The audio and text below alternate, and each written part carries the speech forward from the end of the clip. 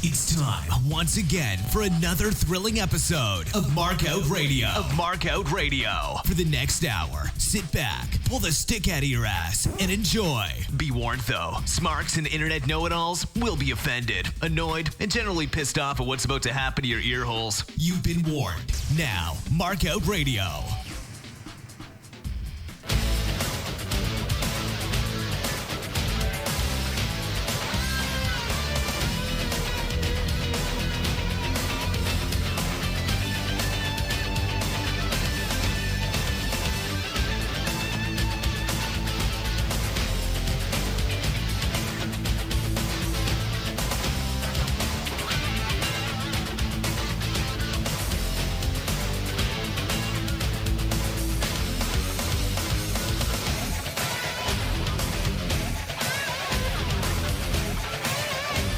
All right. Jesus. Every time.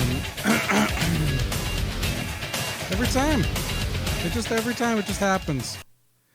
Every time OBS updates, every time my mixer decides that it wants to act up, every fucking time. What a week. What a week. All right. Jesus. Welcome to Markout Radio. And our 100th episode.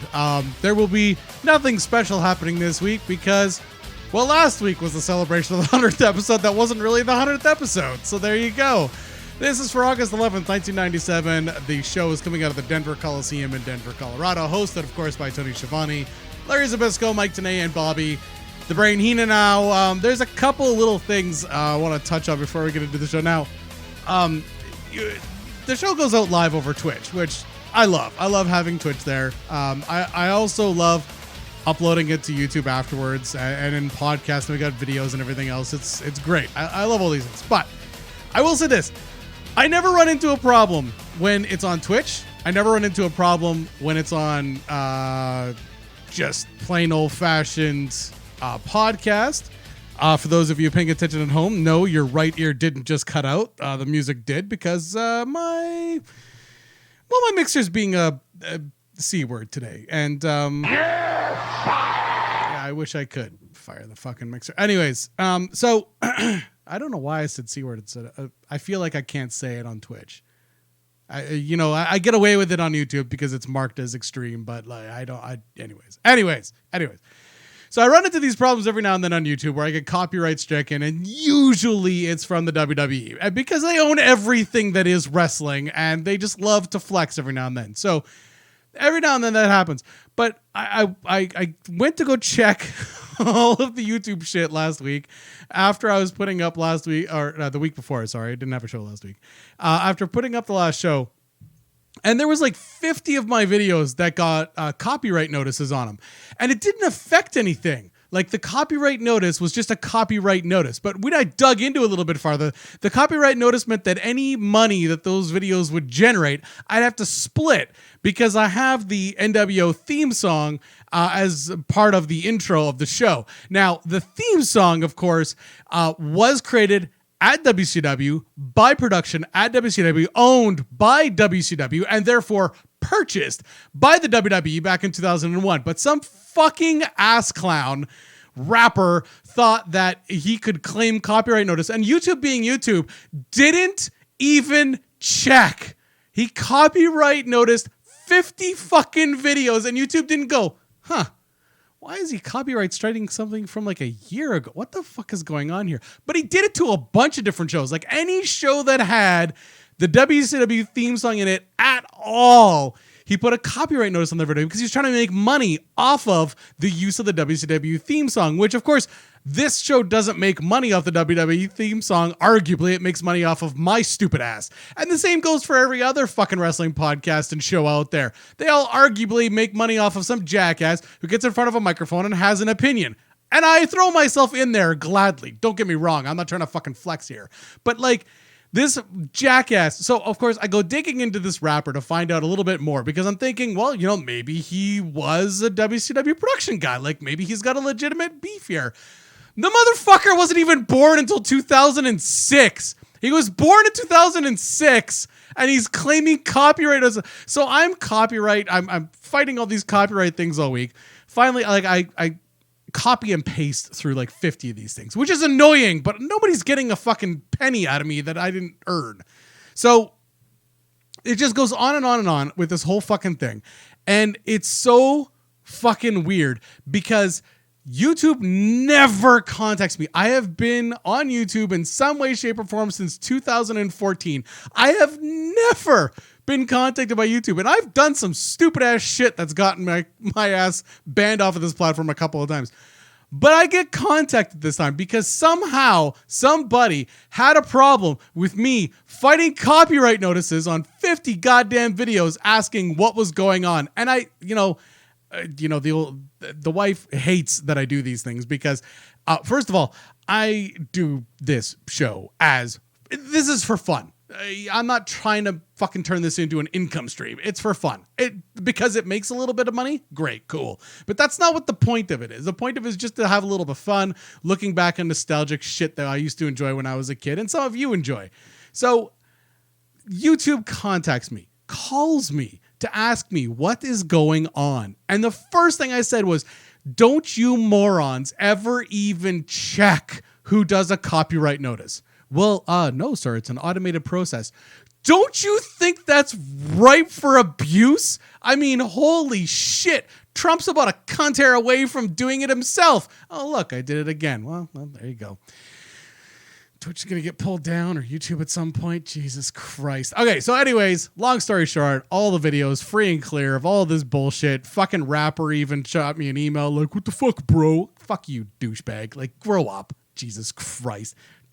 You can't rap. Like, you can't string together a series of words to a beat, but somehow you own the copyright on something that was made in like 1995 when your mom and your dad probably hadn't even hit puberty yet. Go away. Oh my God, you fucking retards. All right. Enough giving the trolls the platform. Let's get on to the fucking show. Last week, I teased Road Wild 1997. That was, of course, after the supposed 100th episode of Nitro. It actually wasn't, of course. It was the 99th, but that's fine. Whatever. I understand marketing. It works for everyone, except those of us with OCD. Road Wild 1997 had 6,500 people allegedly there. Now, they're all... If you haven't ever seen a Road Wild episode and you're tuning into this to just feel a little nostalgia or whatever, that's fine.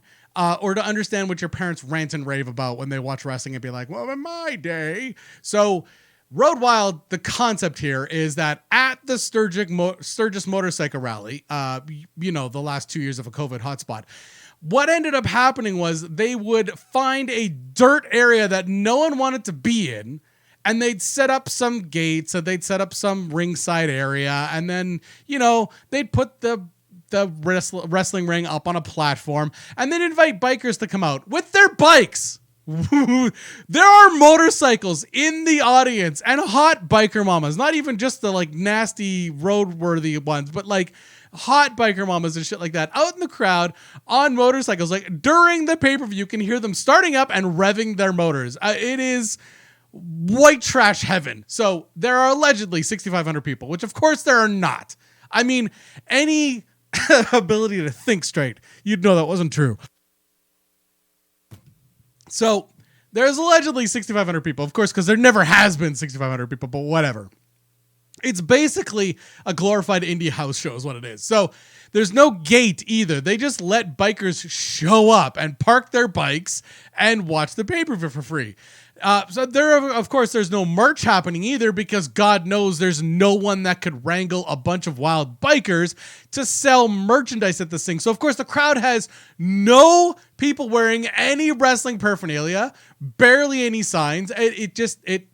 What Road Wild is it's Eric Bischoff's chance to cosplay as a biker. And nowadays he cosplays as a biker with tattoos. And yes, I understand tattoos maybe give him a little bit of street cred and shit, but let's be honest, he's a fucking nerd. He's always been a fucking nerd. Put a couple tattoos on the guy and give him a motorcycle. That doesn't take away the fact that he's a fucking Ken doll. He's always been a Ken doll. The guys always laughed at him for being a Ken doll. They liked him because he made them money, but fuck off. Anyways, there's 180,000 pay-per-view buys, hardly the largest pay-per-view that this company has. Not the smallest either, by the way, but not the highest. Opening match has Harlem Heat, Booker T, and Stevie Ray defeating Vicious and Delicious, which is, of course, Scott Norton and Buff Bagwell, with Vincent at their side. Oh, love having Vincent at ringside. So let me just preface this by saying that the vast majority of bikers at Sturgis are, what's the nice way to say this? There's no nice way to say this. They're all white. And if you've ever watched anything that has to do with biker gangs, either fictional or documentary, God knows why you would do that, you would know that biker gangs are by and large fairly racist. If you've got a bunch of white bikers, guaranteed it doesn't matter how much of a face team Harlem Heat is, they're now heels to this audience. Doesn't matter how over they are. It doesn't matter that they're going up against the NWO. None of that shit matters. All that matters is Booker T and Stevie Ray and Jacqueline are all black. And Jackie's like a legitimate biker too, by the way. Out of all of these fucks in this thing, Norton and Jackie are the only ones that are actually bikers. So the fact that there's a bunch of black people in a fucking biker rally, obviously they're going to boo them. They don't like them. So even though Harlem Heat are technically right now faces, especially going into a match against the NWO, everybody's a heel. Everybody's a heel in this match. And it's possible to pull off heel versus heel matches. But WCW in 1997, the fuck out of here. 2 out of 5. It was just a garbage match.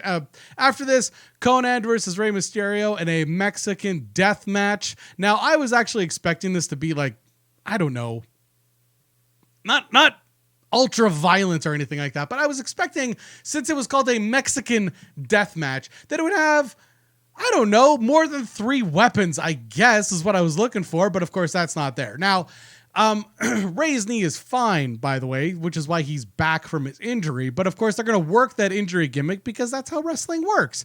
But I'm forced to ask the question during this match, is Conan actually pushing lucha wrestling in WCW, or is he merely jobbing out every lucha wrestler that steps in the ring with him so he gets over with his moveset of flying bullshit? And I can't help but wonder which one it is.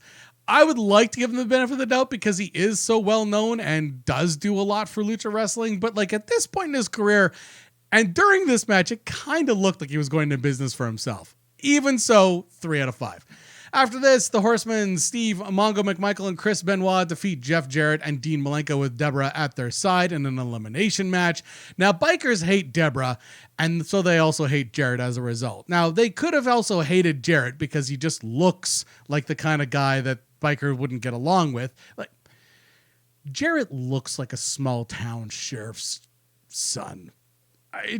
There's no way around it. He just looks like the football player kid of some small town ass clown sheriff. So bikers are obviously going to hate this guy. But the fact that he's like with some other guy's wife, still currently wife, by the way.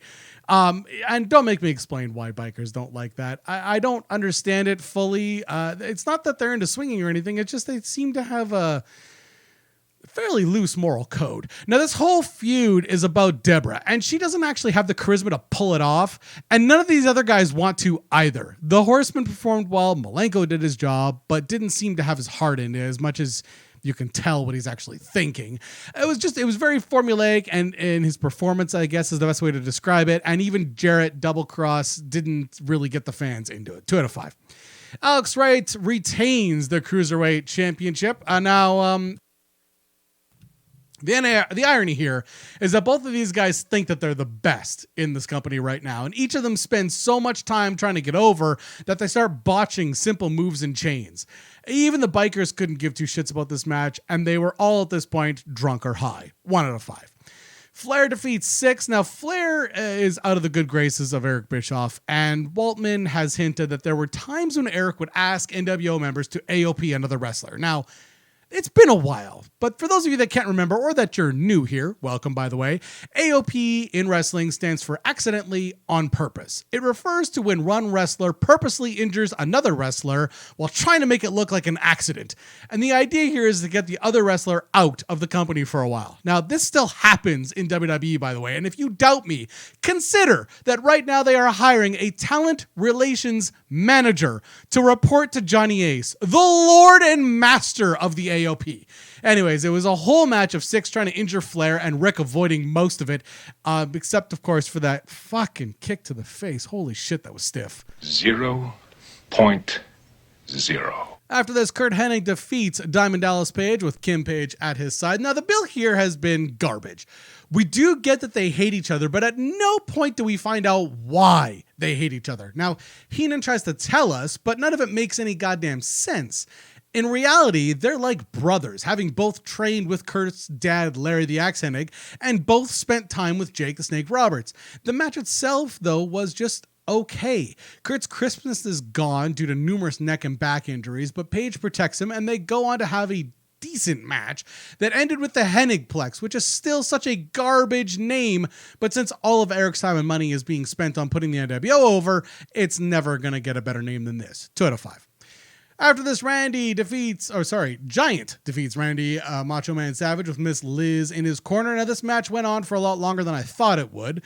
It couldn't have really ended any other way, let's be honest. The only giant slayer in wrestling is Hulk Hogan, and there is no fucking way that he's letting Savage share that limelight. 2 out of 5. Steiner brothers, Rick and Scott, of course, with Ted DiBiase in their corner, defeat the Outsiders, Scott Hall and Kevin Nash, for the tag team straps via disqualifications. Of course, they don't win the titles. Now, the Outsiders retain due to a disqualification, as I mentioned. The audience hates it. Heat level hits 9. Match works. 4 out of 5. If this was the only fuckball, screwball ending. But it's not, because right after this match, Hogan defeats Luger. Now, they just had a screwball finish, so they just couldn't fucking help themselves, and they had to have a second screwball finish. Now, I will say Hogan was blown up within about 5 minutes into this match. Luger did help draw this out. There was so much fucking resting going on here, and the rest of the time, the crowd was just bored until the run-in started. This time, the screwy finish was due to a fake Sting nailing Luger with the bat. It wasn't even a very good Sting outfit. The announcers fucking put it over like it was actually Sting. The crowd was unimpressed. The ring filled with garbage and rocks. Yeah, that's right, because this was held in a gravel, parking lot, I guess, for lack of a better term. All of the people at ringside had a ready supply of rocks to throw at the NWO after the fucking match. Hogan had to protect his head with the belt as Norton bailed out of the ring to get in a fight with a biker at ringside that hit him in the head with a rock. The NWO left the ring and had their party backstage. 2 out of 5. With the exception of the titles match, Road Wild was fairly mediocre. As a reminder, this is Eric's biker cosplay pay-per-view where he spends a whole bunch of money to make no gate, and it's made worse by 2 screwy endings in a row. The first of which should have told you the audience was in no mood for a second. 2.5 out of fucking 5 for the whole goddamn pay-per-view. Now let us move on to Nitro, shall we?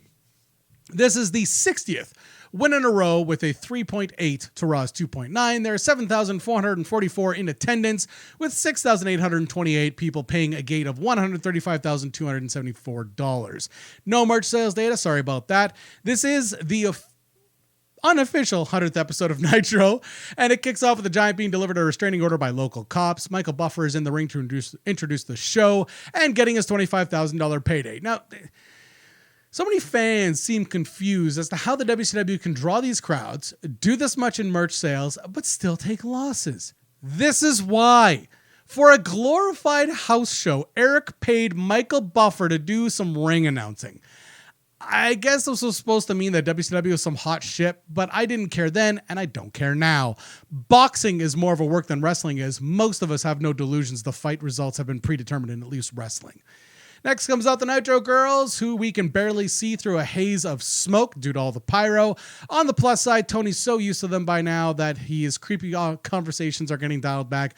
But, if you're worried about that, don't, because later on, it's later on it gets bad. After this, we got I shouldn't say after this. To start off the show, before everything went on the air, there was a dark match. Conan and Six defeating Cyclope and Super Calo. I have no information on the match. Don't know how it went. Don't know how Conan and Six got along. Whatever. The first actual segment of Nitro, though, is the Outsiders and Six coming down to cut a promo on the Steiners. The Steiners defeat then Bobby Starr and David Moore to retain the WCW World Tag Team Championship. Now, as a match... 0.0. And I will say that as a promo... Starr and Moore come out to the Steiners music, which is observably hilarious. Moore has larger tits than any of the Nitro girls, but no one wants to see these ones. Anyways, this is a job match that got over for some incomprehensible reason. Post-match, Nash and Hall both demand another tag team to fight. The Steiners come out of the stands and answer the call to a huge pop. After they cleared the ring, we went to break. After this, Meng defeats Wrath with James Vandenberg. I gave that 3 out of 5. After last week's victory over Barbarian, this low-card feud picks up some heat with Meng having a solid match against Wrath. This time, Wrath wasn't booked to job out the other face of Fear, and it made him much more interesting, even in a loss.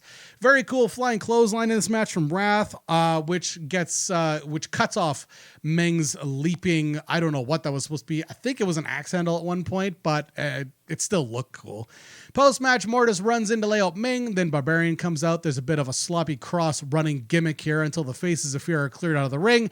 And Vandenberg has to run into the crowd to get away from him because, of course, his boys are in the ring. They're not going to come out and save his stupid ass, so he's going to have to run out into the crowd. Meng and Barbarian did a very good job of pretending like they were going for him and just, he was just out of my grip. After this, Eddie Guerrero defeats Chris Jericho. Jesus, that's a weird sentence. 2.5 out of 5 for that one. Jericho performs a swing after being blunted from performing the Lion Tamer. Both guys oversold the fuck out of that. Eddie catches Jericho across the face with a frog splash, immediately leading to the pinfall finish. The Nitro Girls bring us back from break with Alex Wright joining them again. They didn't put him over. What a shame. Gene does a rant promo with Alex Wright. Gene observes that Wright should be his wingman when he creeps on local bartenders and waitresses. Wright starts the promo in German for some cheap heat before turning into English. Dean Malenko defeats Jeff Jarrett after this via disqualification in a WCW United States Heavyweight Championship match. Jarrett has some great heat with the crowd leading into break. It looked like he might bail on the match until Mongo came out on the ramp. He gets a nice pop as well. Eddie comes down to interfere and leads to Jarrett getting DQ'd. Mongo comes down to make the save, and then Malenko nails Mongo and clears, the ring. Woo! After this, we get a Gene Rant promo with Hennig and Flair. Okerlund starts by wondering what happens when Mongo and Deborah go home at night. Well, I mean, I would start by saying they probably take separate cars. I just feel like Gene needs to dial back the scotches backstage, unless he's pretending like he doesn't know that Jeff's banging Deborah. Maybe that's news. I don't know. Hennig comes out in ring gear. Flair comes out as posh Mr. Rogers. Flair makes one more offer to Hennig to join the Horsemen. He's got no problem answering the question, so he's not going to answer the question. Anyways, they're going to team up for Clash of the Champions. Whatever. Back from break, Bischoff gets to live out his biker fantasy by driving a bike down a ramp. Norton follows behind him, and they go into the ring for a promo. Hall, Bagwell, and Six and Vincent come out to join him in the ring as they sing Happy Birthday to Hogan, who's in Montreal shooting a movie. Now, these are additional house and residential shots for Three Ninjas High Noon at Mega Mountain. I really wish I was kidding.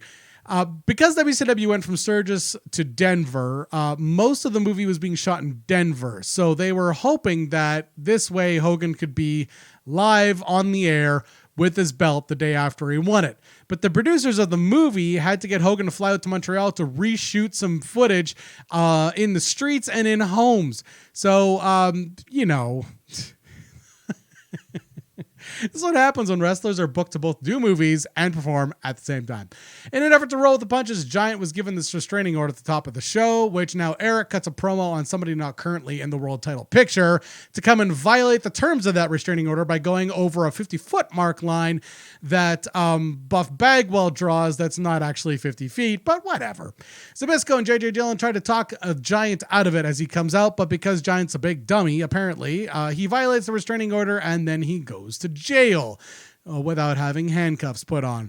To end the promo, Hall teases Larry and we go to break. Back from break, Nitro girls get into the ring and give Heenan and Shivani a chance to be fucking creepy as shit. The cameraman goes back to the announce position where they're joined by Tenay to wrap up what's going on. We go backstage to watch Booker cutting a promo on the website with Stevie Ray and Jackie. The scenes with the wrestlers in front of like an old CRT monitor are just, solid gold. The Steiners defeat Chris Benoit and Steve Mongo McMichael. I gave that one 3 out of 5. Technically, this is a face versus face match. I can see why people want to like Mongo. He's obviously in over his head, though, as evidenced by the suplex that he takes from Rick, where he didn't do his part and practically ended up knocking himself out as he landed on his head and his shoulder. You're lucky he didn't break his own fucking neck. And we get to see a slow-mo replay of it, which is fantastic. It was every bit as hard to watch it the second time, if you're wondering. Back from break, we get an in-ring promo from Gene and Luger. Gene claims that Luger comes out for the ladies and he bores everybody with this shitty fucking gimmick and his shitty fucking promo and his stupid fucking sleeves cut off, frilly goddamn blue jean dress shirt thing. It's not the end, it's just the start. God, even fucking Nitro girls can't make that guy interesting. Speaking of, after we come back from break, they're back out again. Tony and Bobby get creepy again. I really don't feel like they deserve this all that time. I just, I'm bad. Thank you. Diamond Dallas Page defeats Buff Bagwell with Vincent in his corner. 3.5 out of 5 for that one. Tony spends about 5 minutes during this match talking about the WCW wrestlers and taking them to task for not having Luger's back last night. Then, mid-conscious stream of moron thoughts coming out of his empty fucking head, he realizes that and says out loud that Hennig and the Steiners actually came out to the ring to help out Luger, and then he just shuts the fuck up about it. So clearly, Eric's backstage yelling things into Tony's empty head. It rattles around for a little bit, echoing, and then it comes out his stupid fucking mouth instead of thinking and being like, oh yeah, wait, our wrestlers do. Instead of pivoting to say more than just the Hennig than the Steiners should come out to help out WCW. It's just, shit, I got caught in a lie. I'm going to just stop fucking talking about this. Referee Scott Dickinson and Buff Bagwell get into a shoving match here as Buff roughs up the ref just a little bit. Dickinson asks the timekeeper for time. Vincent jumps up on the apron. Bagwell gets whipped into him, and then he gets hit with the diamond cutter for the go-home for this match. After this, we had a 1-800-COLLECT road report with Lee Marshall in Birmingham, Alabama, practically the other side of the country from Denver. Anyways, it is apparently the birthplace of Tuxedo Junction, and I wonder to myself if maybe he should go back to bombing on awful Heenan quips. Ultimo Dragon after this defeats Mortis with James Vanderberg to retain the WCW World Television Championship. I gave that 3 out of 5. A decently performed match, and with the flying, it got the crowd into it, but there's something missing. Like, it had two good wrestlers putting on a decent performance. They got the crowd to pop a couple times, but it just, I don't know. It's just, there was something missing there. After this, Gene does an in-ring promo with JJ Dillon, blah, blah, blah, something about war games. Fans are totally distracted by Sting in the rafters. Sting comes down, gets offered a contract against Syxx at the Clash. He bails on that, which leads to the announcers and fans revealing what he wants is a match against fucking Hogan. No shit! Anyways, during the commercial break, we get the NWO Macho Man t-shirt promo. I mean, go on. You know you want to. Where is it? Where? Oh, there it is. Yeah, it's the good sound clip. Curt Hennig defeats Randy Savage with Miss Elizabeth via disqualification. I gave that 2 out of 5. Back from break, Savage and Liz make their way to the ring, followed by Hennig, and then we go to another break. That's wonderful. Oh, God damn you. I hate you, motherfucker. Now, the match itself starts during the break, so at least the live audience didn't have to sit through 2 minutes of boredom. It didn't last long, though, when it got back on the air before DDP interviews knocking Hennig out of the ring, opening the door for Hall to come down and lay out DDP, allowing Macho to deliver some elbows from the top rope. Even with the run-ins, this match wasn't really that good. DDP got a pop, Macho got some heat coming off the top rope, but it really didn't hold the crowd's attention for the whole thing. Post-match, the announcers wrap things up. We fade to black. Overall, it was a fairly meh show. I'll give it 3 out of 5 because I'm feeling very generous today. There was some attempt to build towards Clash of Champions and build towards the next big pay-per-view, but it all seemed very formulaic, and it's like the performers were kind of on cruise control, which isn't always really uncommon, unfortunately, after having a pay-per-view. Well, that was an abortion of a show. Should the mood take you, check out markoutradio.com and leave a comment. You can also find links there to our Facebook, Twitter, YouTube, and Stitcher channels. You can even leave a voicemail on our Skype. Just click the links and share them.